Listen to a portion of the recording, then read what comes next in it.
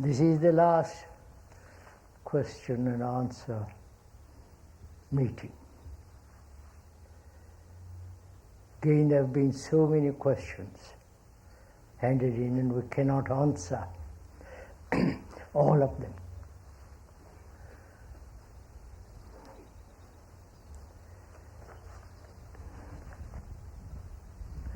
I really would like to ask a question of you, if I may. As you have put so many questions for the speaker to answer, the speaker would like to ask you a question. And I hope you don't mind. Why is it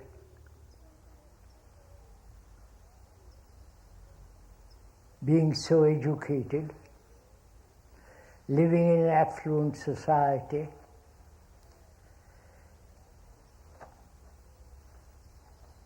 a marvelous land with forests, rivers, great mountains, why is it that you do not change? I think that's a very important question to put. Why is it that we are so indifferent, not to outward responses, but to something deep, abiding, something that's worthwhile? Why is it that we don't change? This has been a question which the speaker has been concerned with wherever he goes. There are large audiences, small discussions, interviews and so on. And at the end of the journey, there are so very, very, very few who deeply bring about a radical transformation in themselves. They are very friendly, they are social workers, some are politicians, some are some of the well-known gurus. They all seem to follow the same old pattern.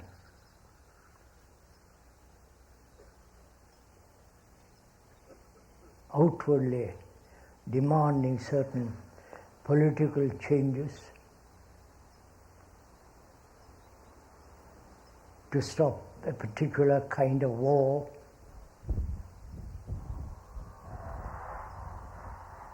to have little more money and so on.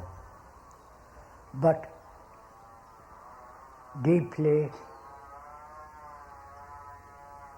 in their relationship, in their inquiry, they go up to a certain point and there it ends. Why? I leave that question with you and we'll answer these questions, and I'll pick up that question again at the end of these several questions that have been put.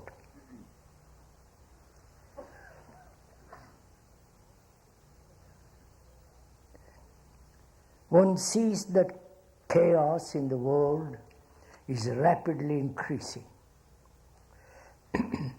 Billions are being spent on arms. Social justice is being eroded.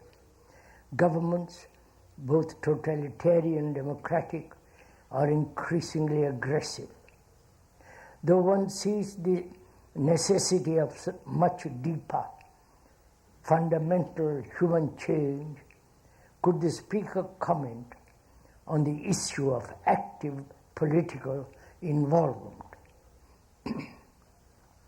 One sees that chaos in the world is rapidly increasing. Billions are being spent on arms. Social justice is being eroded. Governments, both totalitarian and democratic, are increasingly aggressive and violent. Though one sees the necessity of much deeper, fundamental human change, could the speaker comment on the issue of active political involvement? Am I democratic or Republican? Is that it? Apart from that joking, why, if one may ask, why do we have such great confidence in political leaders?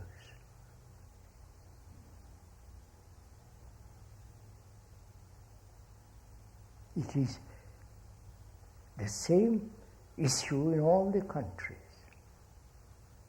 in France, in England, here in India, and so on. Why? We put such confidence in the economists, in the politicians, in the leaders. Why do we do this? And what do we mean by political action?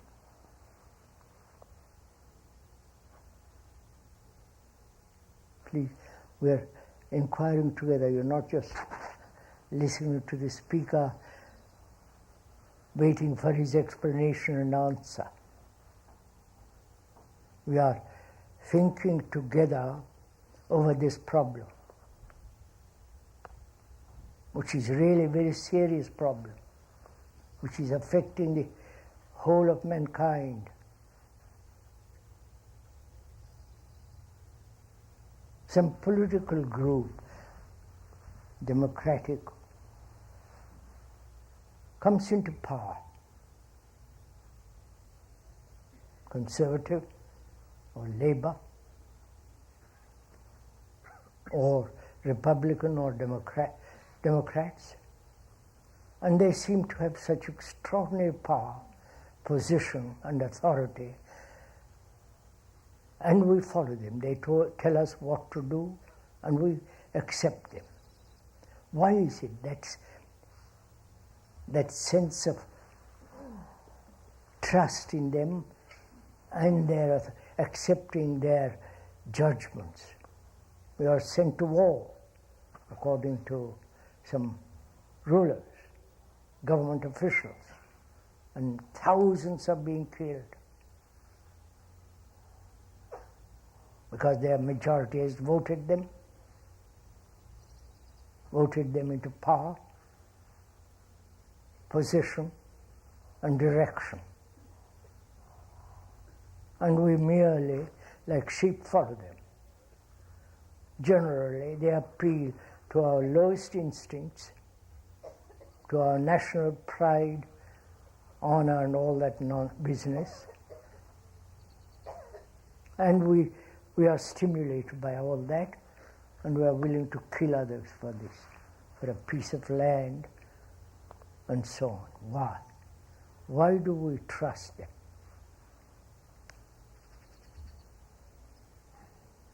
Please, you answer this question.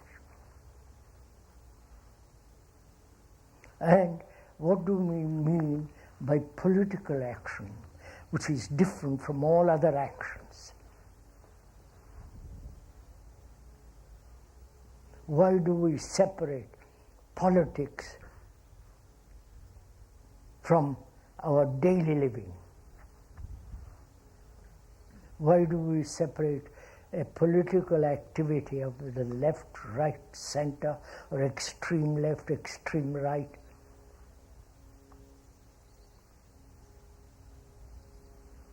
Why, if one may ask, why is political action so very different from our action of relationship? action with regard to fear in ourselves and so on? Or is politics part of our life, not something separate? That politics, as we explained the other day, according to common usage, which is in dictionary, is the art of government, science of government. Why do we give this art to the politician?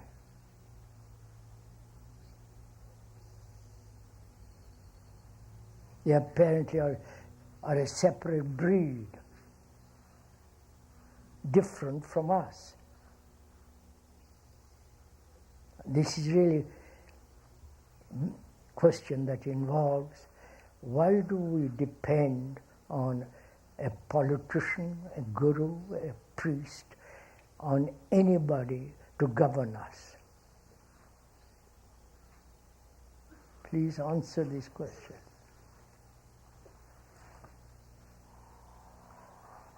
Why do specialists take charge of our life? Is it that we have no so-called confidence in ourselves?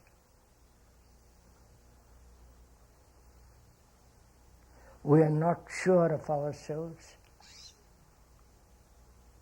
and we attribute this clarity to the politicians and to the others. Is it in ourselves that we are insufficient and somebody out there is going to make us sufficient?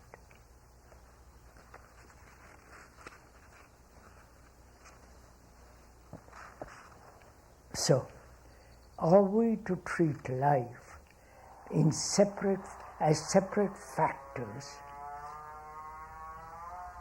political, religious, economic, and so on? There's a new noise today. Or are we to treat life as a whole? Please question this. The questioner asks, what political action is there that one can take? That the questioner, perhaps one may be misjudging him. If one is, please forgive us. Is that action, political, different from religious action? From the action of an idealist? Or does one treat life, the whole living, learning,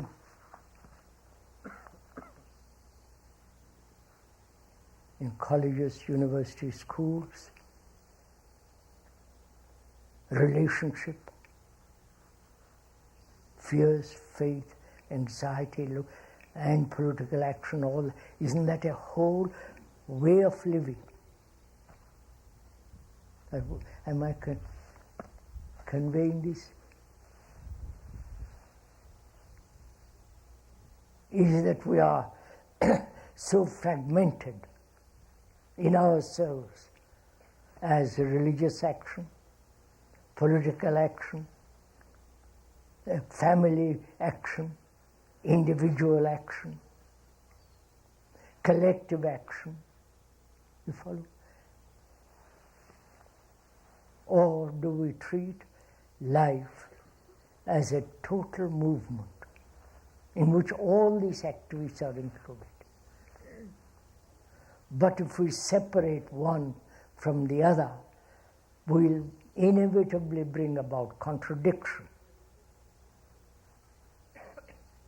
A religious life is incompatible, one will say, with political life. A religious person will have no part with politics, because generally politics is such a crooked affair, controlled by big industrialists, by wanting great deal of money for the party, now depending on rich people, and so on, so on, so on. So how do we, each one of us, answer this question? There is increase of armaments. Just now they are destroying each other, killing each other for God knows for what.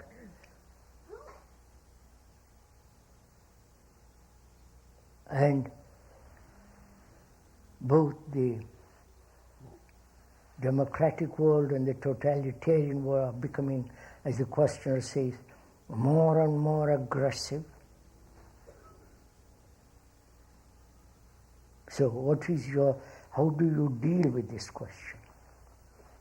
It's very easy to put questions.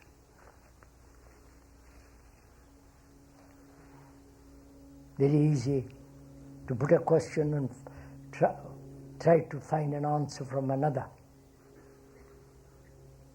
But if we have to answer this question ourselves, taking what is actually going on in the world, the national, religious, economic divisions,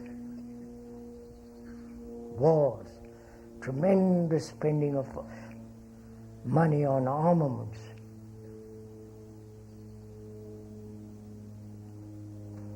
what's your answer? How would you answer this question?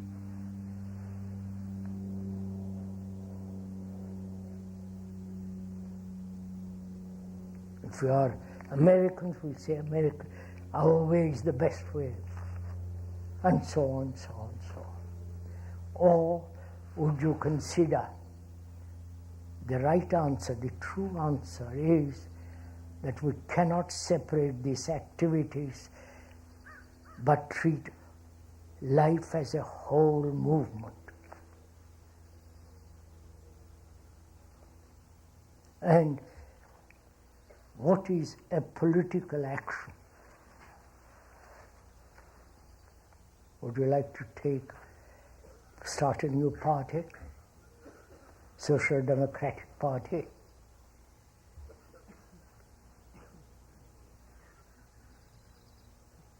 Or look for a new leader for the next election, condemn the present leader, and when the new leader comes into being next election, again there is doubt about him. You know, when the honeymoon is over, then begins the whole problem. So, what is your answer?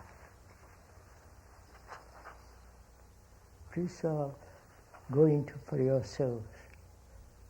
What's your answer when you have thought it out deeply? Do you want to ask if there is an activity, if there is action, which is not divisible, an action that includes politics, religion, economy, everything, whole bundle of life. And how is that possible?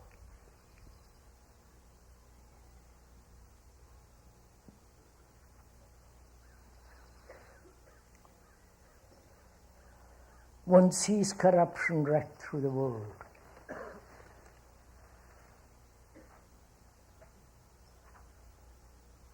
Black market, the rich people getting tremendously more rich.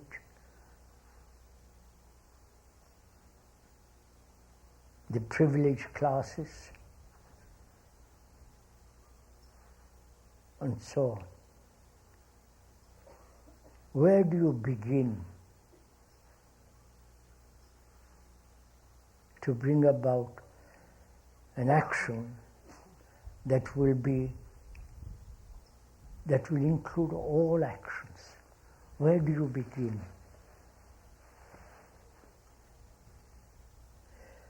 To go very far, one must begin very near. Right? Is that? So what is very near? Me. I'm the nearest person.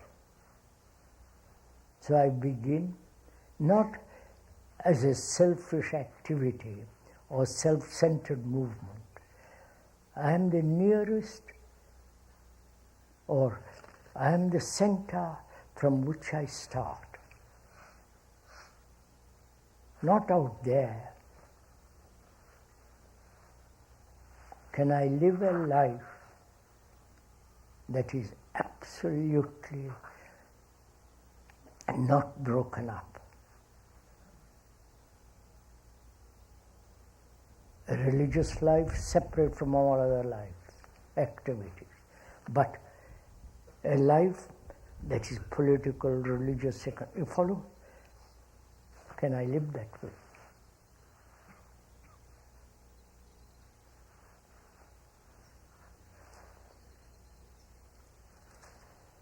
That implies, does it not,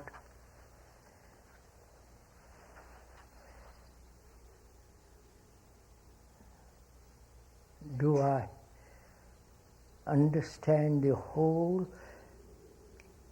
separative activity completely, and in the comprehension of the separate activities which then become contradictory, conflicting, endless divisions, if I understand that very clearly, perceive it most not in abstraction or as an ideal or intellectually, but as a factual thing.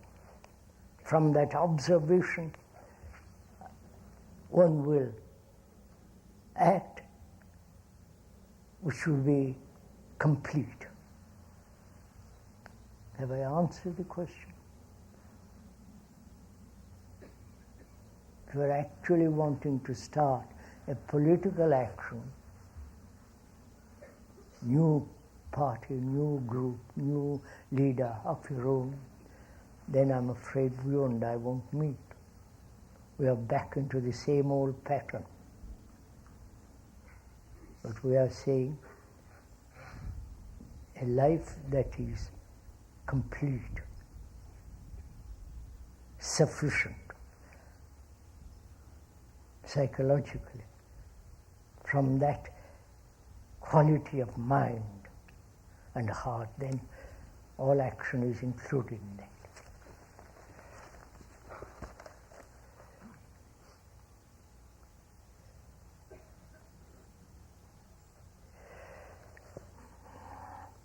You say that out of the negative comes the positive. How does one negate the I without aggression, suppression, or denial, or without conflict? Who is that which does the negating? Can you go into this problem? You say that out of the negative comes the positive. How does one negate the I without suppression or denial and without conflict? Who is it that which denies, which does the negating? Can you go into this problem? You are going to go into this problem. The speaker.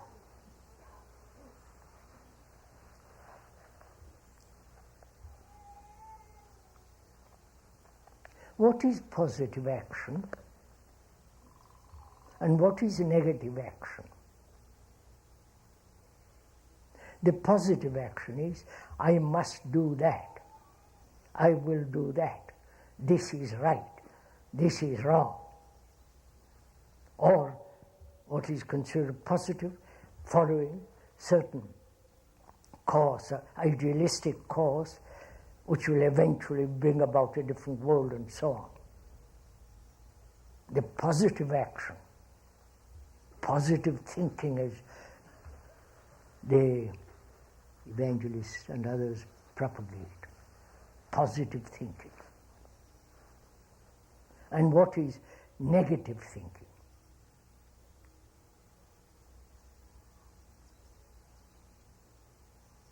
To think of others badly, to, I don't know what negative thinking is really. Thinking in itself is negative, but doesn't matter, we'll go into it. So, the questioner wants to know whether the self, the essence of selfishness, this self-centered activity can be denied without suppression, without conflict, without any form of evasion. That's the question. We are not saying that you must negate the I. How can you negate the I? And who is it, as the questioner says, who negates or asserts? When you say, I am, who is it that says, I am, aggressively? And who is it that says, I am not? Both the positive and the negative. Who is it? Go on, sir.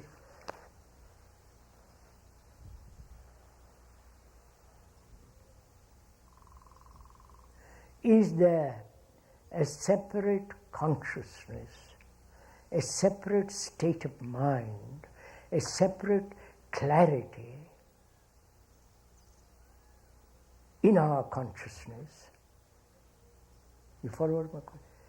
Is there some element of clarity in this messy, confused consciousness?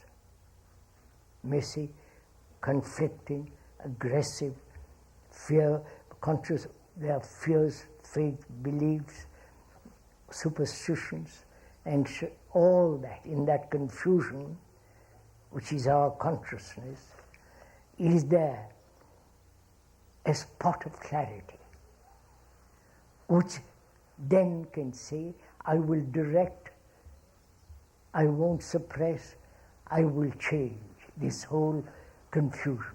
You understand my question? Is there?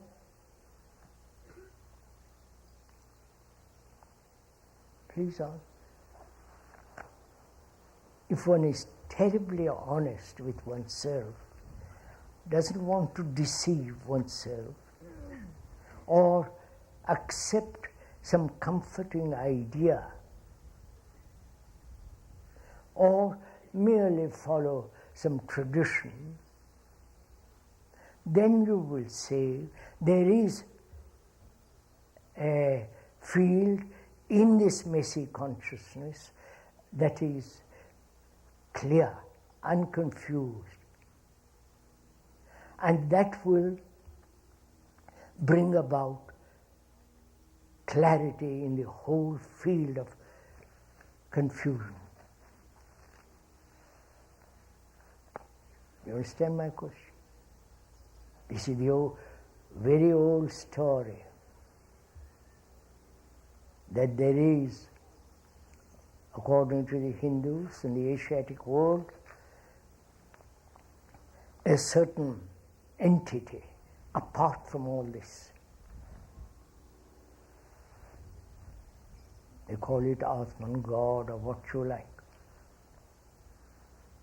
who is witnessing all this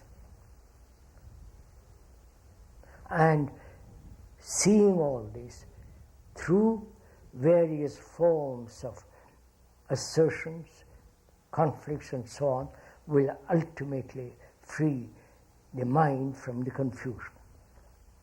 Right? And probably here too, in the Western world, there is this idea of permanent soul, whatever that may mean, who is gradually asserting himself and will ultimately go to heaven. Right? These are all very comforting, utilitarian theories.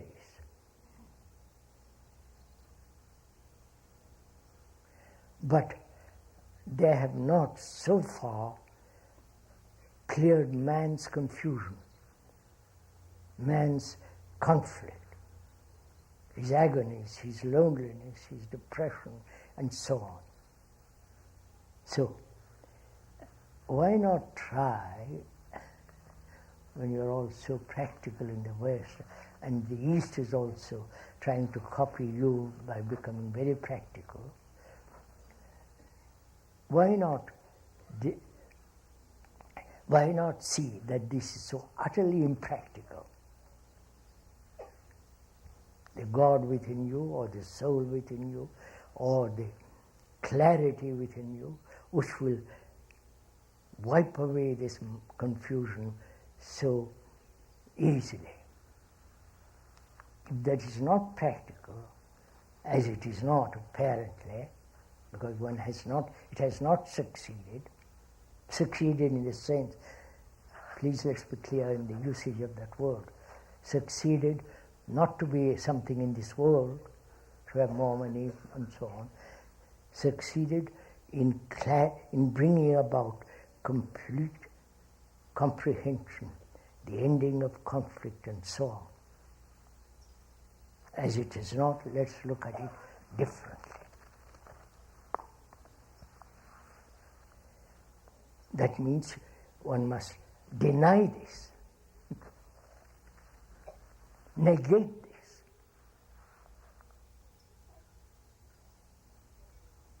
That's going against all your religious tradition.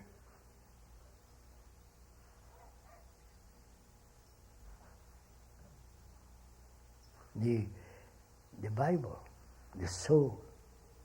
You understand what I'm saying? Negating all that.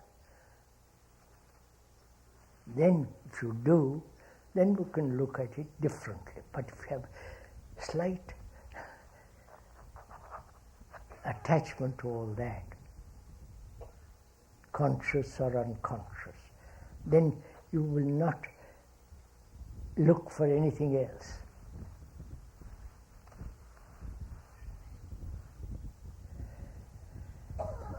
So, first of all, what is the self, the I?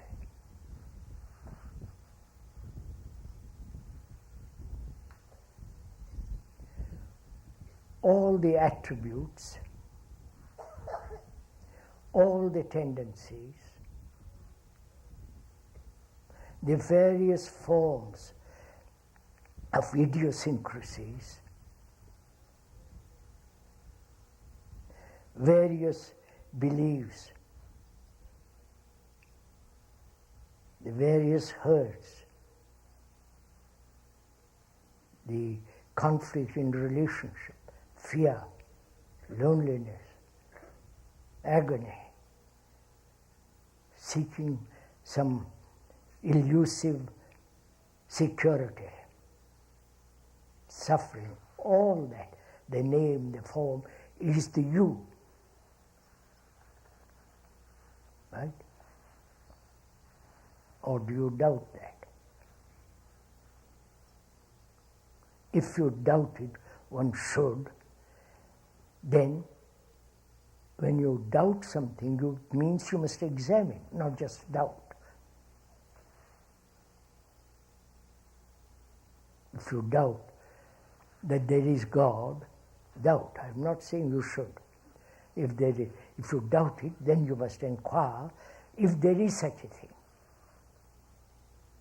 But merely to doubt, say, well, there's no meaning. Skepticism has great value. But if you are merely a skeptic all the time, what's the point? Like being illusory, caught in an illusion, they're both the same. So, where there is doubt, there is also the movement of inquiry.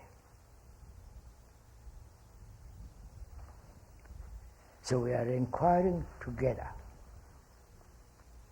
This I, this separatist activity, so-called individual, which is the essence of the I,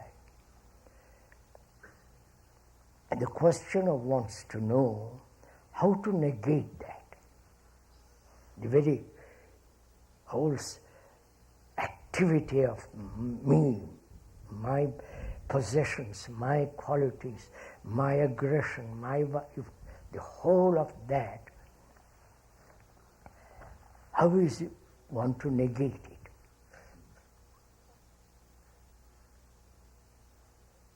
Now, the question asks that, how to negate it. Then he goes on to ask, who is it that negates? You follow? First he said, tell me how to negate it. Then he says, who is it that negates? You follow? I want you to understand this. So, we are not negating it. We are trying to find out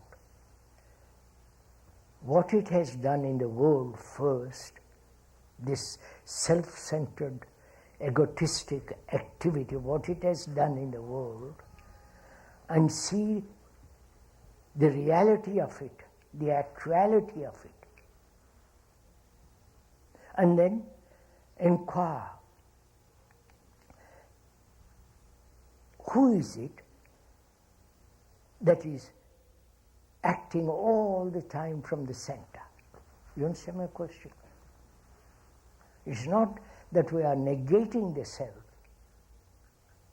but that the activity of the self in the world, what it has done in the world, what it has done in the family, in the group, in the community, in this nation, in the world, and so on, and seeing the reality of it, not the ideal, an idea of what it had done in the world, but the actual happening, the actual activity of it.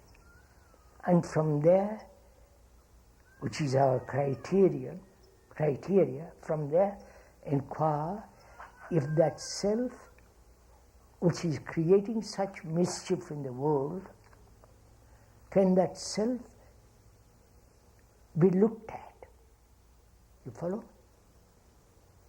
Then we inquire, what is it that is looking at the self? It's the same question put differently. So, first, what has it done in the world? I don't have answered that question, obviously. It has separated itself into nations, into communities, into various forms of social divisions. It has divided itself from the rest of the community, society, world as the family, and from the family, the me, my aggression, my happiness, my pursuit, and so on, so on, so on. It has brought about division in the world because it said, in that division as my particular belief, my particular religion, my particular faith, in that belief, in that dogma, I will be secure, I'll be safe. Right? Are you following all this? So, it has created vast division, incredible divisions. And so, where there is division, there must be conflict. So the I, which is the creator of this division, which is the essence of conflict, right? Can that I come to an end? Not suppressing, not evading, not avoiding, and so on, so on. Can that I, which has done all this mischief, all these terrible things in the world, separate gods,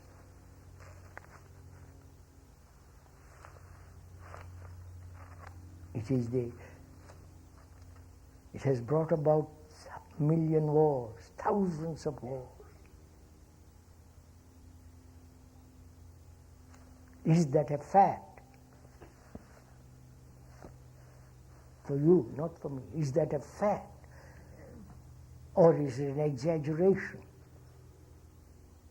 Or is it some kind of concept and you are adjusting yourself to that concept?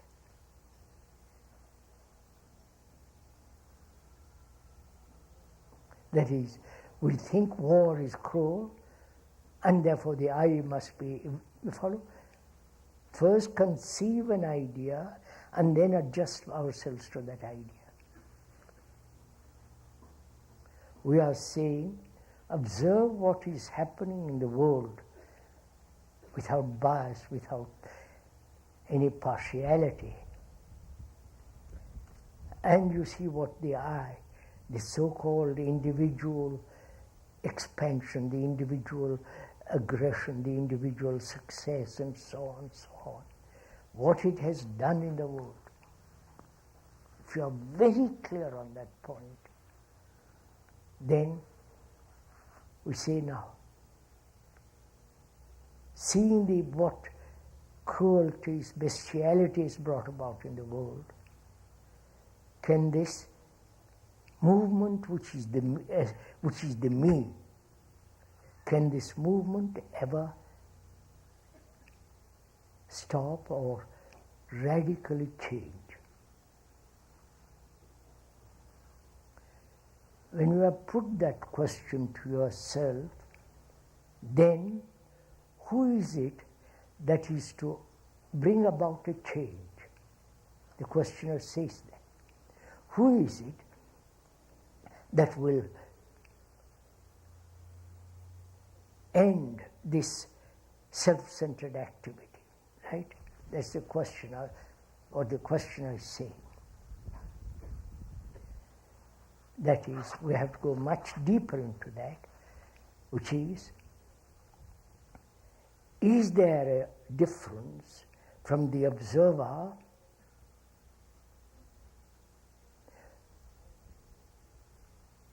and the thing he observes? Please just listen to it. Don't agree or disagree or say, oh, you're repeating the old stuff. I've heard this last year, or 2 years ago, or 20 years ago. You are repeating. Move out of that rut.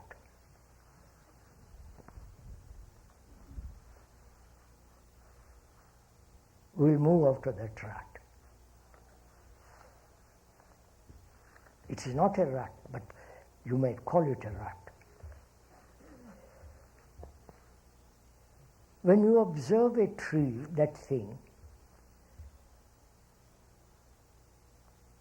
can you look at it without the word first? Or when you look at it, the instant response is, that's a tree. Oak tree, or whatever it is. Can you look at it without the word?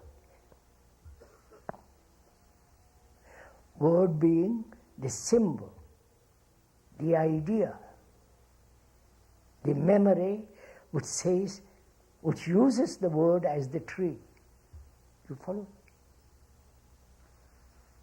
Experiment for a minute. for a second or two to look at that thing which is around you now. And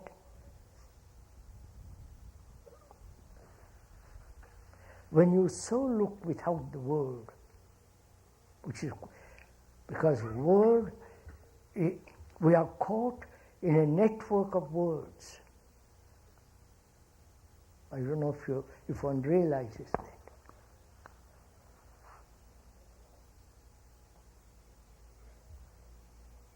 The word the symbol has taken the place of reality. When you say my wife, you have the complete picture. Or my husband, or my son, my country, the flag. And when you use the word communist, it is, you follow, the whole intonation, the quality, what is behind that word. And when you say I'm an American, or when I believe in God, I don't believe in God, you follow? It's a vast network of words in which the mind lives, the brain lives. I don't know if you have noticed all this. I hope it interests you. The question I asked it when the speaker is, if you're not interested, it's a nice day.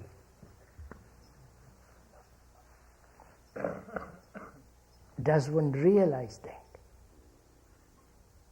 That one can never look at a thing, living thing, or a dead thing, or a thing that is moving. Always with a word. To look at a river, at the flowing water, not call it a Mississippi or Thames or the Ganges, or the Nile, just look at the moving water. It has quite a different quality.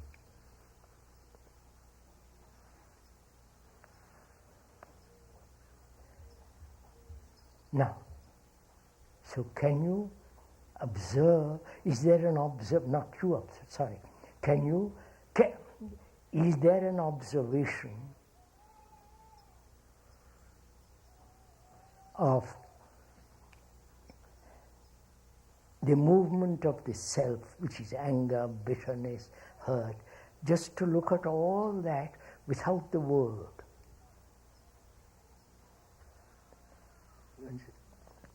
Are you following all this? The word is the past, right? The word indicates the content of the past.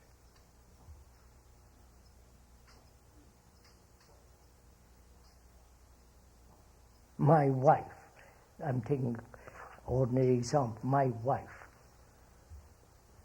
When you use my wife, see the content of that word, the enormous implication of various incidents, accidents, ideas, hurt, all that in the past, right? And that word, my wife, indicates the tremendous content of the past.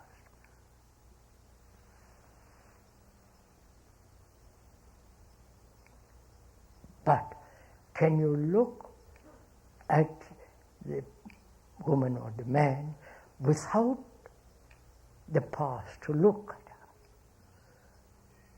Go on, sit, do it, don't listen to it. It's no point in listening to it if you're not applying, if you're not doing it. So, first of all, we are asking, is there an observation of the whole movement of the self, which we have described both outwardly and inwardly? Can you look at that? Now, is there an observation of that without the past? You get it? Do you understand what I'm talking about? Look, I've lived 80 years or more, 87 years. A man who has lived 87 years has collected lots of experience, lots of ideas, met lots of people. There are all these past memories throbbing away.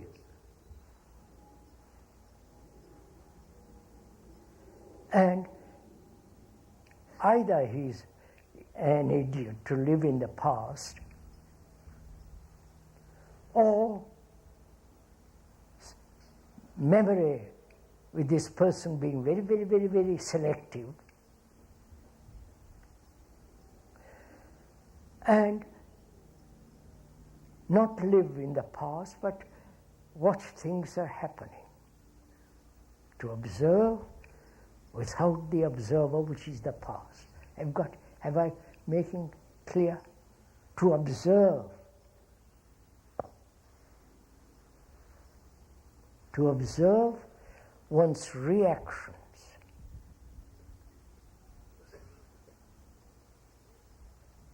Without naming it as jealousy, as anger. Just to observe. When you so observe, what happens? Go into yourself. I hope you are doing this, not just listening or getting bored with the damn stuff. If you are listening, we are asking a question, which is, when there is an observation without direction, without motive, which is the past, what happens? Now, to find out what happens, actually, you must inquire what takes place when you are directing it, when you are remembering it, your reactions, or giving direction to your reactions. That is, there is a separation between the observer and the observed. Then there is a division and hence a conflict. I must not do this, I must do that. This is right, this is wrong. I say this right according to my motive, and so on, so on, so on. So when I see, when there is an observation, that where there is division, there must inevitably be conflict, outwardly and in psychologically. That is absolute fact. When I call myself British or American, and I'm willing, you follow the whole thing, you're right in front of you. You're willing to destroy thousands of people, spend enormous sums of money to do something which your national pride or some nonsense dictates. So, can this conflict in the human mind, which is your mind, it's not my mind, human mind, which is in constant travail, constant conflict. We are inquiring if whether that conflict can end. It can end only completely when the observer is not, only observation is. Is the thinker different from thought? Look at it. Is the thinker, right, different from the thought which he has created? The thinker says, I'm a Catholic, Protestant, Hindu, I'm a Democrat, totalitarian, whatever it is. Thinker says that. But the thinker has created the Democrat, the Republican, the left, far right, far center, and so on. The thinker has done that. And is the thinker different from his thoughts? Oh, come on, sir, this is so simple. Obviously not. But we have divided it. Right? So look at another question. Is the experiencer different from experience? This is now you. I'm glad. Now you're caught. We all want experiences. Going to the moon, experience of God, experience of dozen kinds of sex, experience of going to the Himalayas and climbing the Everest. You follow experiences. Now we're asking, is the experiencer different from his experience?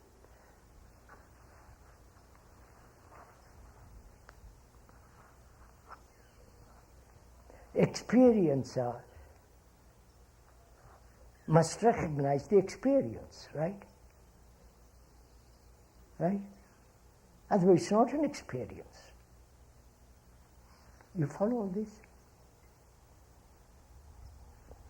Am I talking some strange language? I experience what? A motor accident. I have an experience in a car, an accident in a car. And that's recorded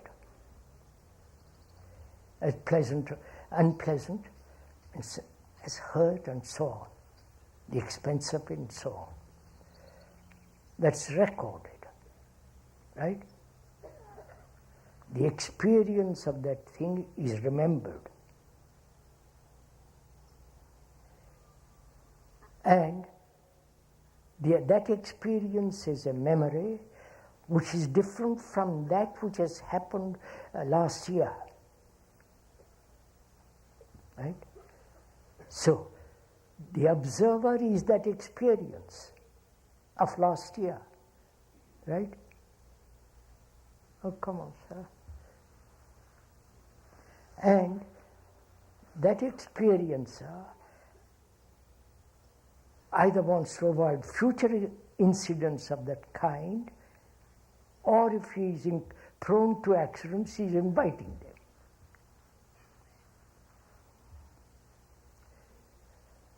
them.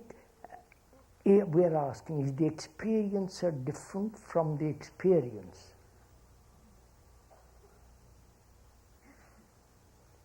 Of course not. I've invented God, and I'm going to experience that marvelous state, right? I have visions of, if you're a Christian Virgin Mary, if I was Buddhist, I have an experience of various types of Buddhist consciousness, or if I'm a Hindu, you follow? Being conditioned to a particular tradition, which is the past, I experience that. Oh, come on, sir. I have projected that and I experienced that. So, the experiencer is the experience. And if there is no experience, what is the state of mind? Do you understand all these questions? We're all wanting experiences. And when one actually goes into it very, very deeply, experience, we hope, will bring about more knowledge, more clarity, more this and more that. But the experiencer is the experience. Therefore, the mind is no longer seeking any experience. No, come, oh no, God, please. Only such a mind is absolutely clear. requires no challenge. That's a different problem. So, is there pure observation of the movement of the self?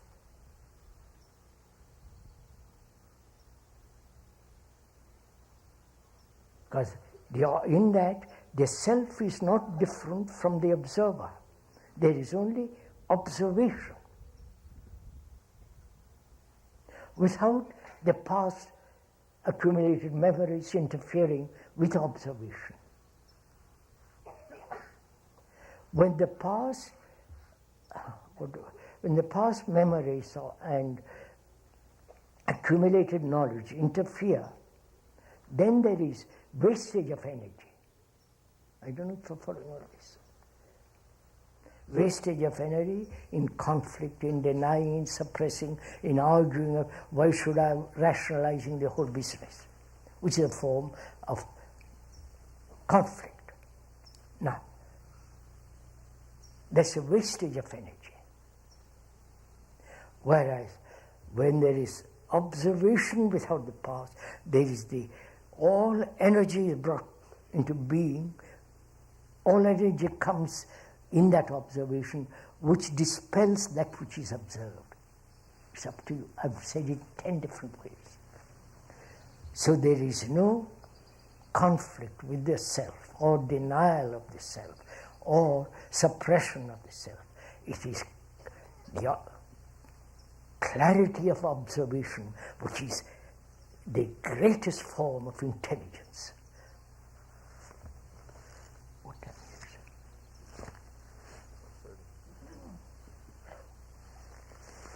Good Lord, I've only, there are about 9 questions. I've only answered 2 questions.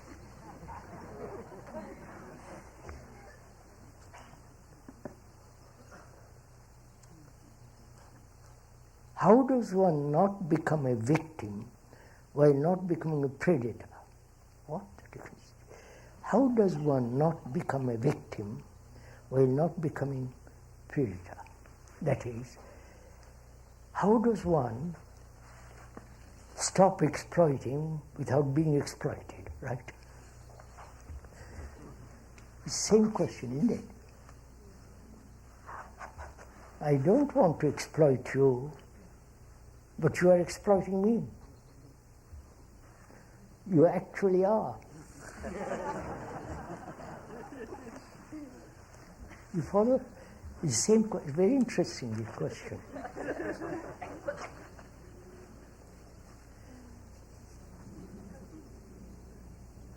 How do I, the unconditioning of the mind doesn't become another form of conditioning. You understand? How I move away, there's a movement away from this trap and not be caught in another trap. I am a Hindu, I said it's absurd, and become a Catholic.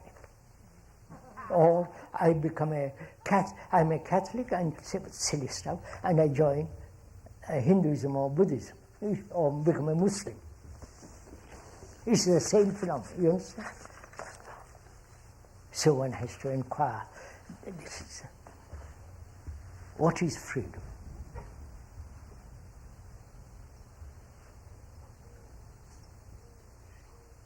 Does one realize one is caught in a trap?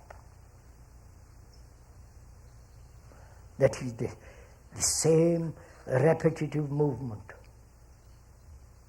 which the computer is doing. It's repeating much more rapidly, more quickly, more intelligently, more alive, quick, programmed.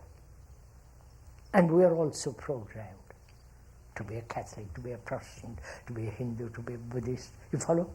To be a Democrat, to be right, left, right. We are also programmed. Don't let's fool ourselves.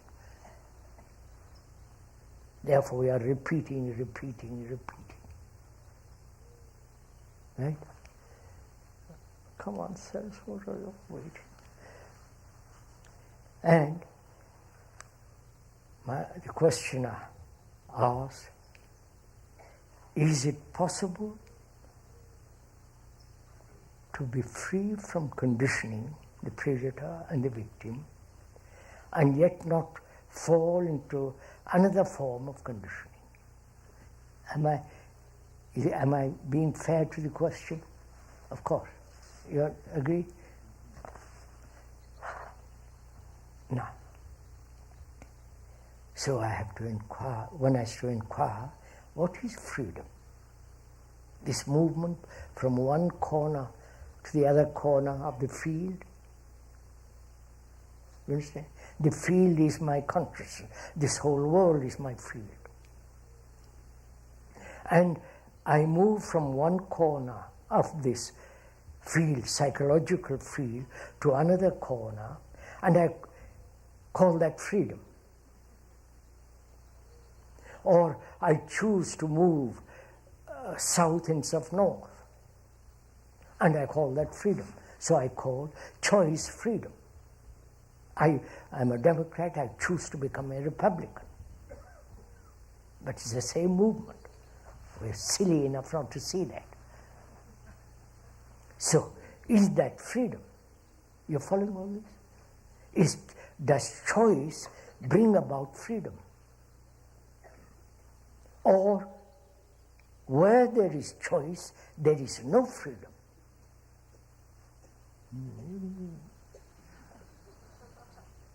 I may choose to move from Los Angeles to New York, and I can't do that in the totalitarian state. I have to have permission, special grants and so on. So I feel I'm a free man. So at what level, at what depth or superficial level do you consider freedom lies? Here in this country, you can say what you like, so far. But you cannot say what you like when there is a war. Right? Then we're all united to hate somebody, to kill somebody.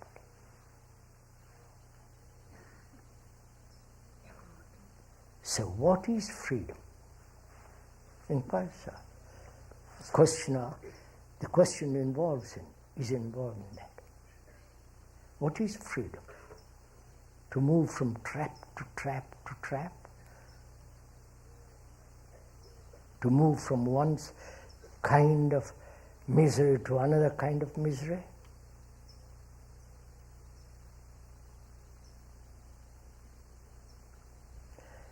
I'm married, I'm bored with my wife, I want a divorce, and I go, because I like or love or whatever that word you want to use is, to another woman. But the same pattern is repeated. And I call that freedom. So is there freedom in this moving in the same area? That area may be wide or very, very narrow, but it's the same movement. That's not freedom, right? So what then is freedom? Freedom obviously means to totally totally be free from the whole content of consciousness.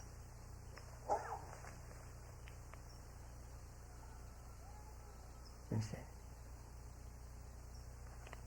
The problem of content of one corner is different from another corner, but it's in the same field. And we separate the problems, but it's one problem. You understand? I wonder if all problems are interrelated, that's clear. My sexual problem, my problem of earning livelihood, my problem of God, it's all one movement of this everlasting search for something or other,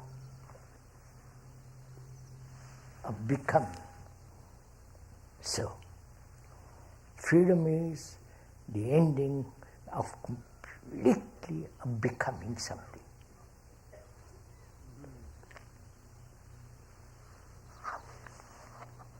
Is it time to stop?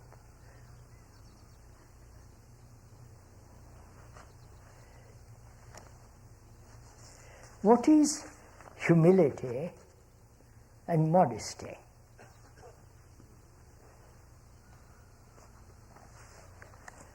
That doesn't exist in this country.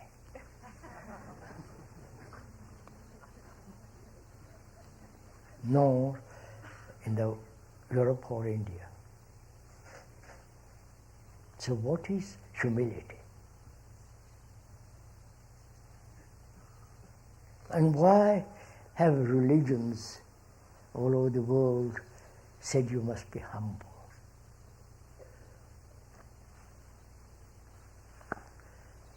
They inherit the land, right? They have, certainly. You understand? The humble shall inherit the earth.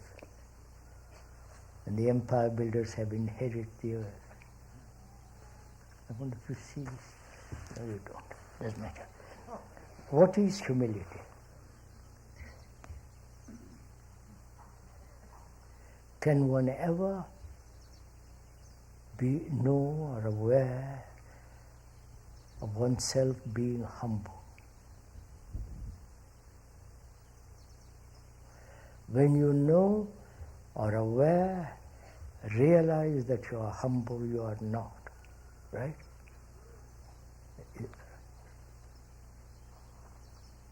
And modesty.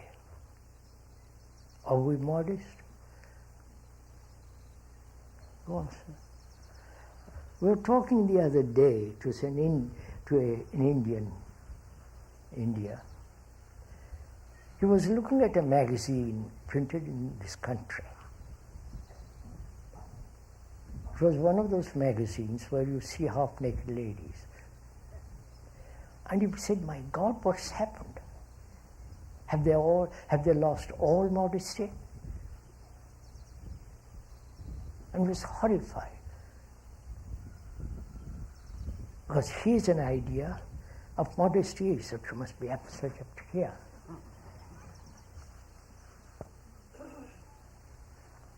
You understand all that? So why do we want to be modest or humble? Please ask all these questions.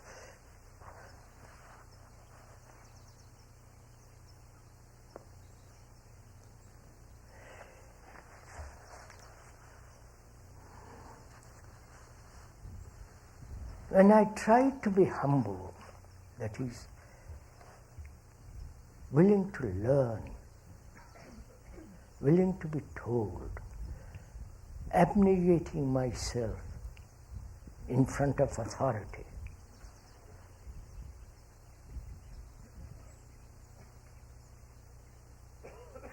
and hang my head down to be told to receive something which you are giving me. Is that a form of vanity? It's like a man who is vain, as most of us are, and out of that vanity we try to be humble. Is that humility?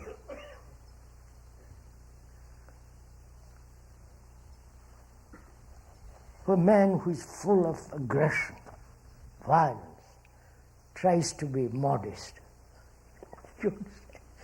It's absurd, it lost its meaning. Whereas a man who is aggressive, realizes, sees what aggression has done in this world and all the consequences of that aggression, when he ends that aggression, a new thing can begin. The ending, please realize something, the ending of something is the beginning of new. Right? If I end my vanity, if I have it, I'm a big man, I'm a blah blah, if I'm that and I end it, there's something totally new taking place. But we want to be assured before I end that something will happen, guaranteed. Then what you are receiving is not guaranteed, it's the same form, it's the same thing in another form.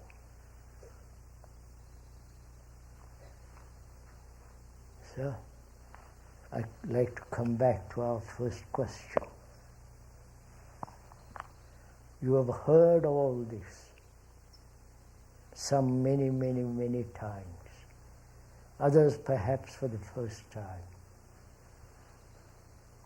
Why we human beings who have lived on this marvelous, lovely earth, destroying it, why we have become what we are of so many millennia, vulgar, crude, bestial, self-seeking, jealous, lonely, you follow the whole thing. Why don't we change? Why don't we end what we are to some? Why? Is it we are lazy? Is it we are caught in a particular rut pattern that we haven't the energy to change that pattern? We have plenty of energy when we want to do something. When we want to go to the moon, we have incredible energy. When you want to be champion of the world as in the Olympics run, you have an incredible energy. We have enormous energy. When there is an urge, when there is a demand, but apparently there is no urge, there is no demand. Why?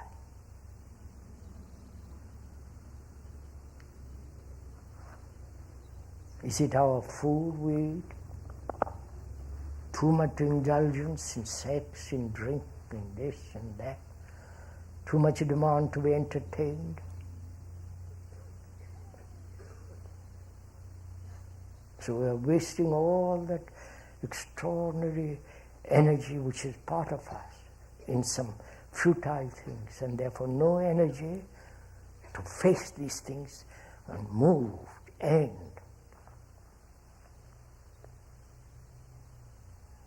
Is that it? Please, I can't tell what the cause of all this. There are many causes.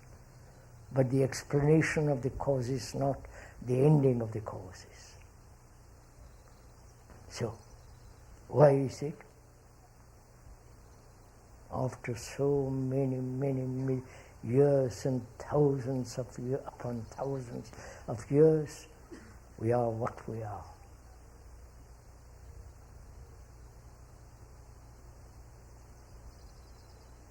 So, that's for you to answer.